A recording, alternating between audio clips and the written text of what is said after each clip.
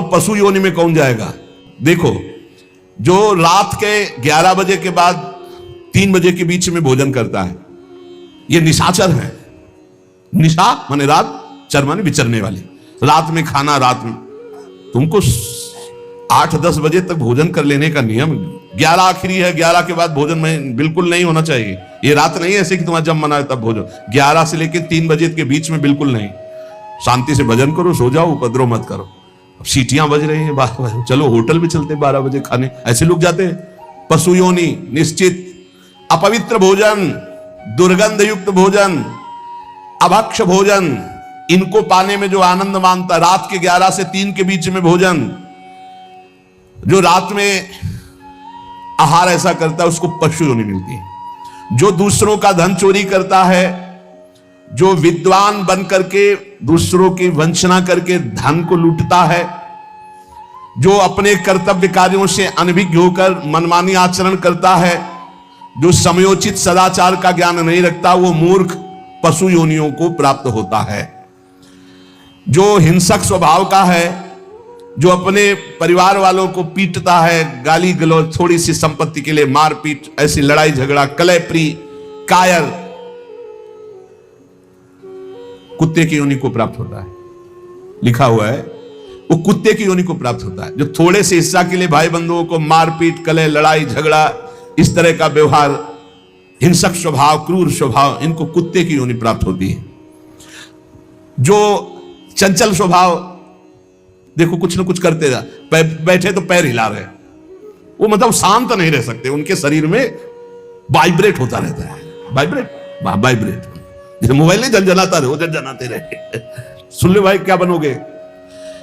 और जो दूसरे के भोजन के लिए लालायित रहता है, कहां से निमंत्रण आ जाए, कैसे हो जाए, क्या व्यवस्था बन जाए, सुनो।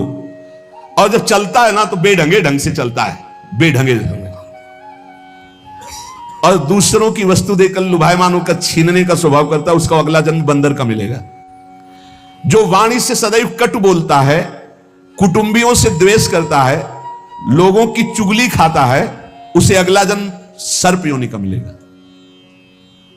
कुटुंबियों से द्वेष करता है, दूसरे की चुगली खाता है, उद्वेगजनक वचन, उद्वेग माने भारी क्लेश पहुंचाने वचन, दूसरे की निंदा करना, चुगली करना, तो विषधारी सर्प बनता है। जो शरीर से बलवान दीन जनों के ऊपर आक्रमण करके खूब पिटाई मार करना, माता पिता को मारना, ऐसे गरीब जनों को, दीन जनों को मारना, निर्लज और मांस भक्षण करने वाला, उसको अगले जन्म में क्रूर मांस भक्षी, जैसे हाइना, सिंह, सियार, ऐसी योनियों को दिया जाता है। क्रूर हिंसक पशु सिंह जैसे है, जैसे लकड़बग्घा है ना, लकड़बग्घा है, भेड़िया है, ऐसे जो मांस भक्षण करने वाले हैं, जिनकी आवाज दूसरों को सदैव दुख ही देती है। बोलने का मतलब है दुख ही देना। जो दूसरे को, अब जैसे जा रहे हैं, जंजीर खींचा, वैसे ऐसे वो गिर गए, उनके अंग भंग हो रहे हैं, वो समझ रहे 30-40 हजार की सोने की चैन खींच ली तो हम ब्रह्मा बन जाएंगे। देखो उनको क्या बनना पड़ेगा। जो दूसरों को भय प्रदान करते हैं, दूसरों की संपत्ति छीन लेते हैं, ऐसे लोग अजगर योनि को प्राप्त होते। भूखे मरो जब कभी अवसर मिल जाए तब। ऐसे ये जो दूरदृष्टि न रख के वर्तमान दृष्टि रख करके केवल भोग के लिए दूसरे के दुख का कारण बनते हैं, केवल उनके चिंतन यही चलता रहे, कहां से क्या खा लूं, कहां से क्या उठा लूं, कहां से क्या, बोले हाथी की योनि को प्राप्त होते हैं, वो पशु हाथी योनि को। इस तरह से 83,99,999 योनियां हैं। जो भजन नहीं करते, भगवत विमुख हैं, उनको सब क्रमशः ये प्राप्त होती है। उपासक को चाहिए कि कम से कम इतना तो कर ले कि अगला जन्म मनुष्य का हो जाए, फिर भजन करे अगर कोई कमी रह गई हुई। अगर आप नाम जप करेंगे और एक बात ध्यान रखेंगे कि दूसरों को दुख ना पहुंचने पावे, तो पक्की बात है भगवान की कृपा से अगर भगवत प्राप्ति नहीं हुई तो दूसरा जन्म होगा मनुष्य का, और बहुत महान भक्तों के बीच में जन्म होगा। जन्म से ही भजन प्रारंभ हो जाएगा, आप यौवन अवस्था प्राप्त होते होते भगवत प्राप्त हो जाएंगे, काम हो जाएगा आपका। भजन एक ऐसी वस्तु है जो आपको बचा सकती है। अब इसमें कह रहे हैं कि जैसे आप भजन मार्ग में लगे हुए हो और आपको कोई गाली दे रहा है, आपने पलट के गाली दे दी तो आपका भजन छीण हो जाएगा। इसलिए भजन को बचाने के लिए कह रहे, अकार्पण्य मपारुष्यम संतोषा सर्दधानता। ये ब्रह्म ऋषियों की बातें हैं, बहुत काम की बातें हैं। अनुसूया गुरु पूजा दया भूतेष्व पैशुनम सद्वीरेश दमः प्रोक्तो ऋषि शांत बुद्धि भी। अकार्पण्य माने उदारता। भजन किससे बचेगा? उदार बुद्धि। स्वभाव कह रहे हैं कोमल, कोमल स्वभाव से भजन बचेगा। संतोष वृत्ति से भजन बचेगा। गुरु इष्ट पर श्रद्धा वृत्ति से भजन बचेगा। दोष दृष्टि किसी पर ना हो, इसका अभाव हो तो भजन बचेगा। गुरु शुश्रूषा सेवा से भजन बढ़ेगा। प्राणियों पर दया तो भजन बढ़ेगा। किसी की भी चुगली ना करना, संत और ऋषि मुनियों का संग करना, इससे भजन बढ़ता है, पचता है। भजन किससे नष्ट होता है? तो कह रहे हैं जब अवमाने न कुप्पेत सम्माने न प्रहस्यति सम दुखो सुखो धीरा प्रशांति इति कीर्त्यते। जब तुम्हारा अपमान हो और तुम उसका बदले में अपमान कर दो तो तुम्हारा भजन छीण हो जाएगा। और यदि अवमाने न कुप्पेत, अगर तुम्हारा अपमान हो रहा, तुमने क्रोध नहीं किया, तुम्हारा सम्मान हुआ, तुमने सम्मान स्वीकार नहीं किया, बचना भाई, इससे बचना, ये अगला जन्म नहीं होने देंगे। अगर ऐसा उदारता, कोमल स्वभाव, संतोष, श्रद्धा, दोष दृष्टि का अभाव, गुरु सेवा, प्राणियों पर दया, चुगली ना करना, निश्चित निश्चित अगला जन्म नहीं होगा। आप अपने भजन को बचाएं। जब कोई आपका अपमान कर रहा हो तो आप उसके बदले में उसका अपमान ना करें। यदि आपको क्रोध आ गया अपमान करने पर तो आपका भजन का फल क्षीण हो जाएगा। यदि सम्मान हुआ, आप आनंदित हो गए कि हमारा बड़ा सम्मान हो, तो आपका भजन क्षीण हो जाएगा। इसीलिए श्रीपाद भी कह रहे हैं, सम्मानम कलयाति घोर गरलम नीचापमानम सुधा श्री राधा मुरली धरो बच सके वृंदावन मात्यज। जब कोई सम्मान करे तो उसे भारी विष के समान समझो। सम्मानम कलयाति घोर गरलम, जैसे बढ़िया खीर मिल रही हो, कान में कोई आके कह दे विष पड़ा है तो आप नहीं खाओगे। ऐसे ये सम्मान प्रणाम नमस्कार वाहवाही ये तुम्हारे भजन के नाश करने के लिए है, ये विष है, इसे मत पीना, स्वीकार मत करो। विश्व नमन करे करने दो, तुम स्वीकार मत करो, तुम हर्षित मत हो। और जब अपमान हो तो उसका अपमान करने वाले का कभी अपमान न करना। धीर पुरुष, प्रशांत पुरुष अपने भजन को ऐसे बचा ले जाता है। जैसे कोई अपमान कर रहा है, बहुत बड़ा अमृत है, सच्ची मानिए।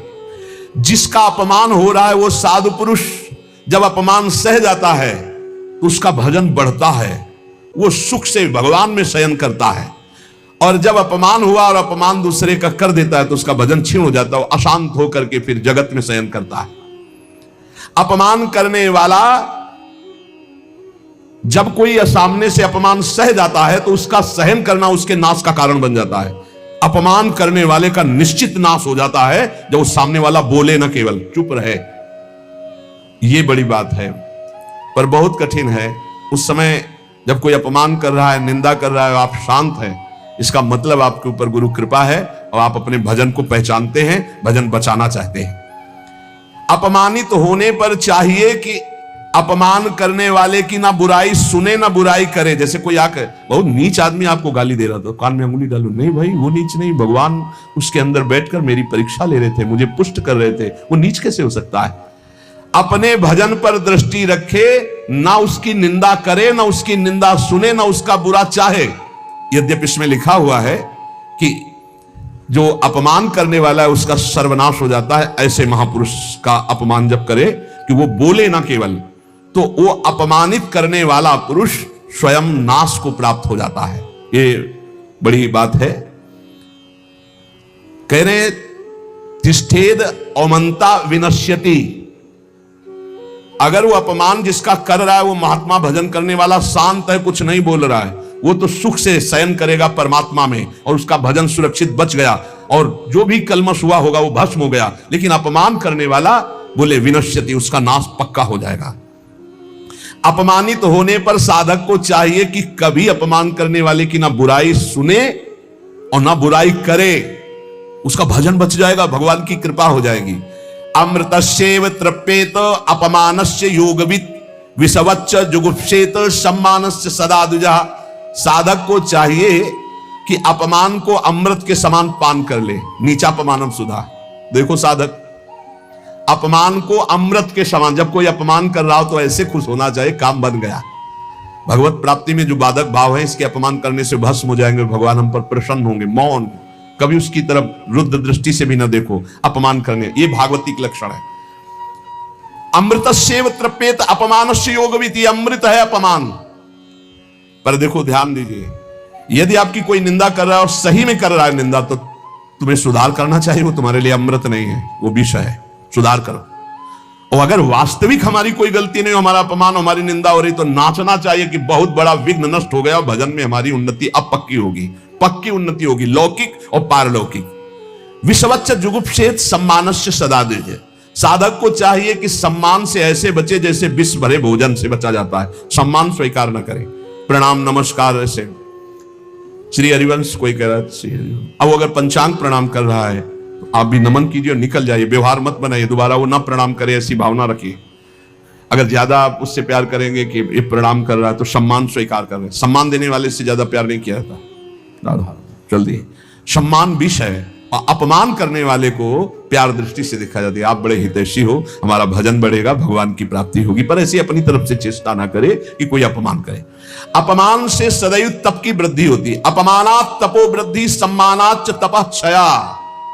सम्मान स्वीकार करने पर तपस्या भजन क्षय हो जाता है, और अपमान होने पर तपो वृद्धि, उसकी तपस्या की वृद्धि होती है। अर्चिता पूजितो विप्रा दुग्धा गौरी गच्छति। जो अपनी पूजा कराने लगता है, अपने प्रणाम स्वीकार करने लगता है, तो जैसे दूध देने वाली गाय दुर्बल हो जाती है, ऐसे वो तपहीन हो जाता है जो भारी प्रणाम नमस्कार पूजा स्वीकार करता है। स्वीकृति नहीं होनी चाहिए। पुनराप्याप्यते धेनु सतृणैः सलिलैर्यथा एवं जपैश्य होमैश्य पुनराप्याप्यते द्विजा। साधक को चाहिए कि यदि प्रणाम नमस्कार बहुत करवा चुका है, वैसा लगा कि मेरा तप क्षीण हो गया, तो बंद कर दे प्रणाम नमस्कार और एकांत में बैठकर, जैसे गाय को फिर अच्छा अच्छा चारा पवाया जाए तो पुष्ट हो जाती है, ऐसे अपने साधन भजन करे, प्रणाम नमस्कार से दूर हो जाए। महापुरुषों ने भी ऐसी लीलाएं की जिससे प्रणाम नमस्कार बंद हो जाए। ये सबको भगवत स्वरूप मान के तुम प्रणाम करो, तभी बात बनेगी। कह रहे हैं कि अगर प्रणाम नमस्कार स्वीकार कर लिया जाए तो सम्मानाच्च तपक्षय, उसका तप क्षय हो जाता है।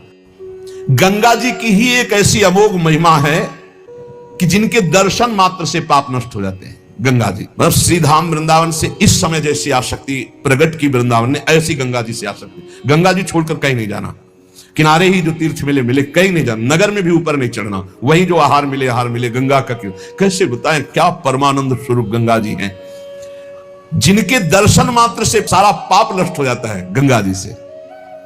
और आपको बताएं, अधिकतर बड़े महापुरुषों का दर्शन गंगा किनारे, जो प्रगट में थे और जो अप्रकट थे।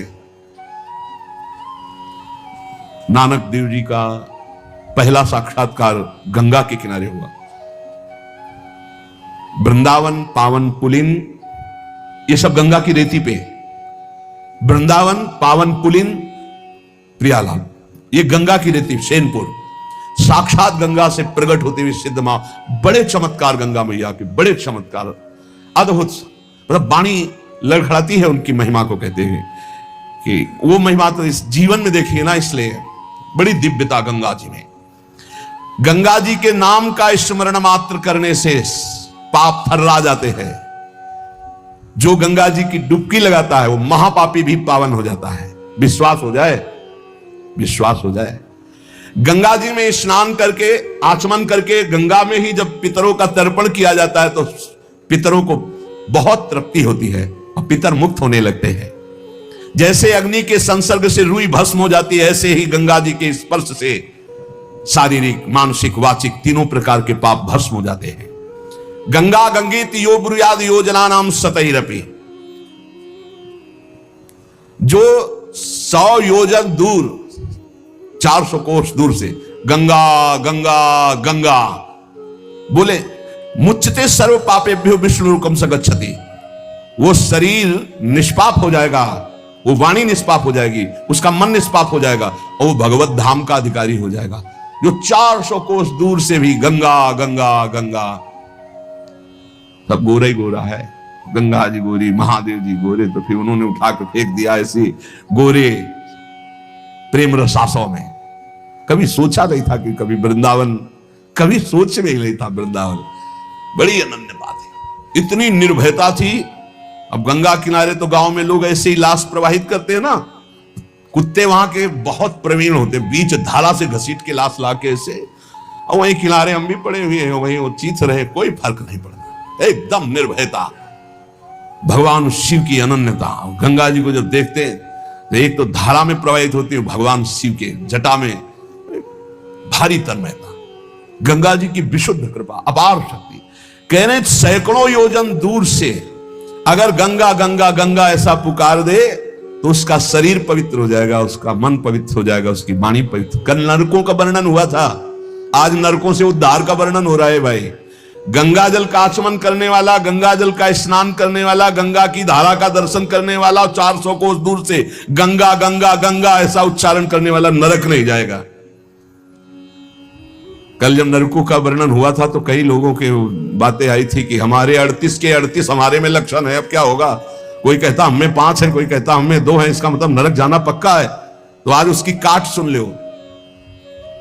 नाम संकीर्तनम यस्य सर्व पाप प्रणाशनम, करना मत अवलो नसानी अबना न सही हो, पहले नियम लो कि आज के बाद नहीं करेंगे। नाम कर संकीर्तन करो, प्रभु का चरणामृत पियो, कभी अवसर मिले तो गंगा जी के समीप जाके साष्टांग दंडवत करके डुबकी लगाओ, आनंद पूर्वक खड़े होकर कुछ देर नाम जप करो, नरक वरक नहीं मिलेगा, सब बढ़िया मंगल हो जाएगा, पर करना ही पड़ेगा।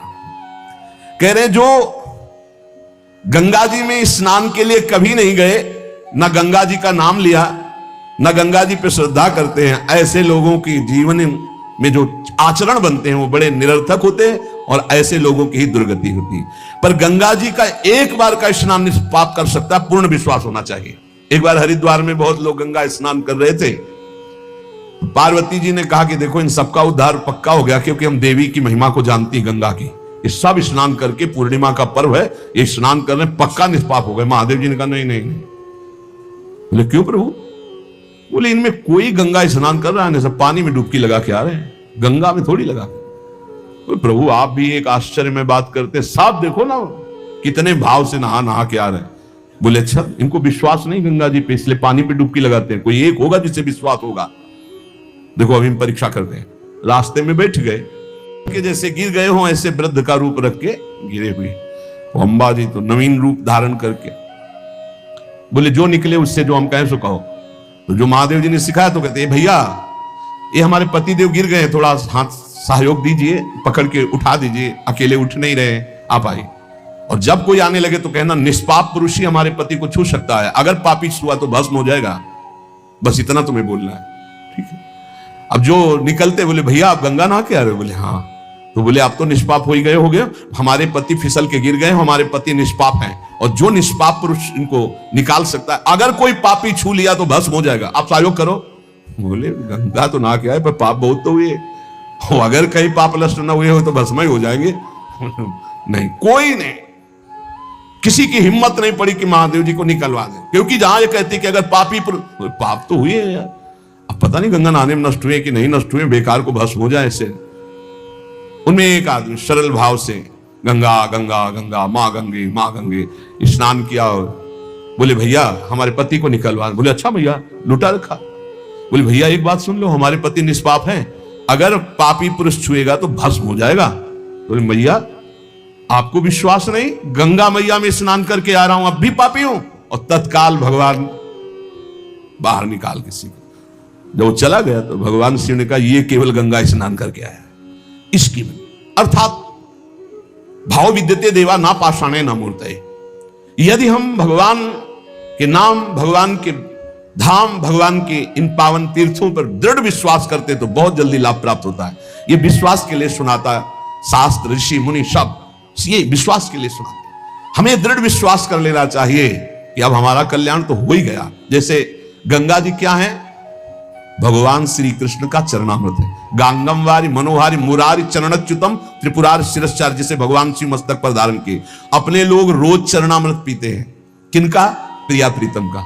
अब और गंगा की जरूरत पड़ेगी? जहां से गंगा प्रकट हुई उनके सर्वांग स्नान का जल।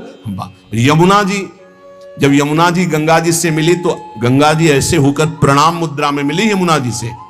यमुना जी ने कहा तुम्हारा हो भाग्य कि तुम जगत पावन करने वाली गंगा हो, तो उनका तुम्हारे सामने मेरी कोई सामर्थ्य नहीं।